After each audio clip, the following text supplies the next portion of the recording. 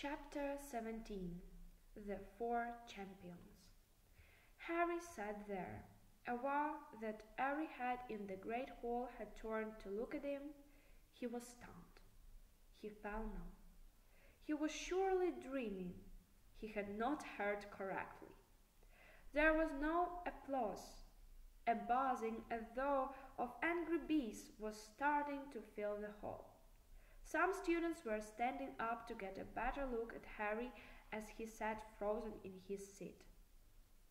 Up to the top table, Professor McGonagall had got to her feet and swept past Ludo Bagman, and Professor Karkaroff whispered urgently to Professor Dumbledore, who bent his ear towards her, frowning slightly. Harry turned to Ron and Hermione beyond them. He saw the long Gryffindor table, all watching him, open-mouthed. "I didn't put my name in," Harry said blankly. "You know I didn't." Both of them stared just as blankly back. At the top table, Professor Dumbledore had straightened up, nodding to Professor McGonagall.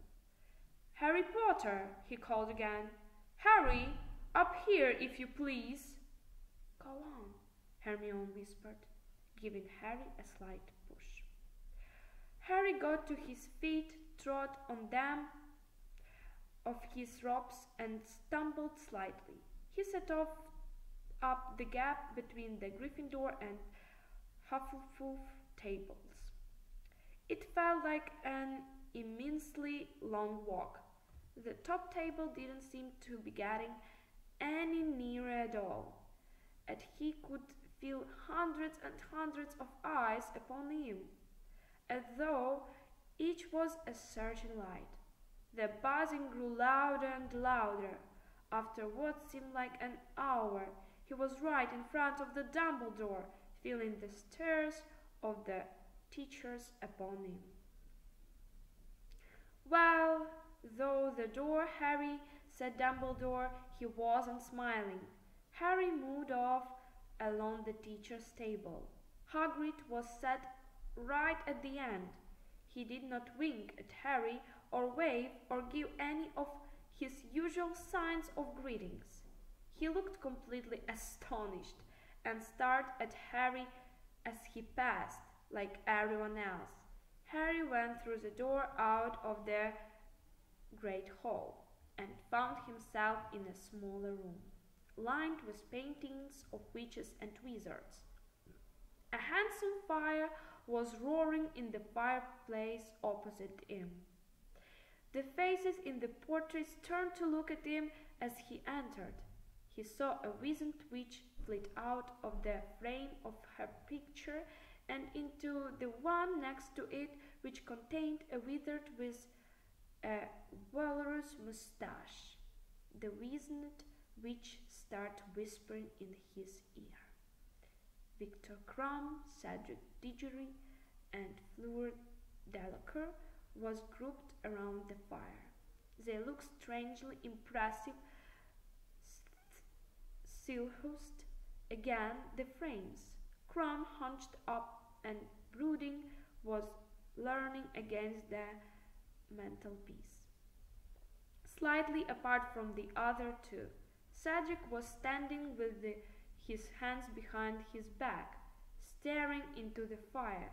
Fleur Delacour looked around when Harry walked in and threw back her sheet of long silvery hair. "What is it?" she said. "Do they want us back in the hall?" Though he had come to deliver a message. Harry didn't know how to explain what had just happened. He just stood there looking at the three champions.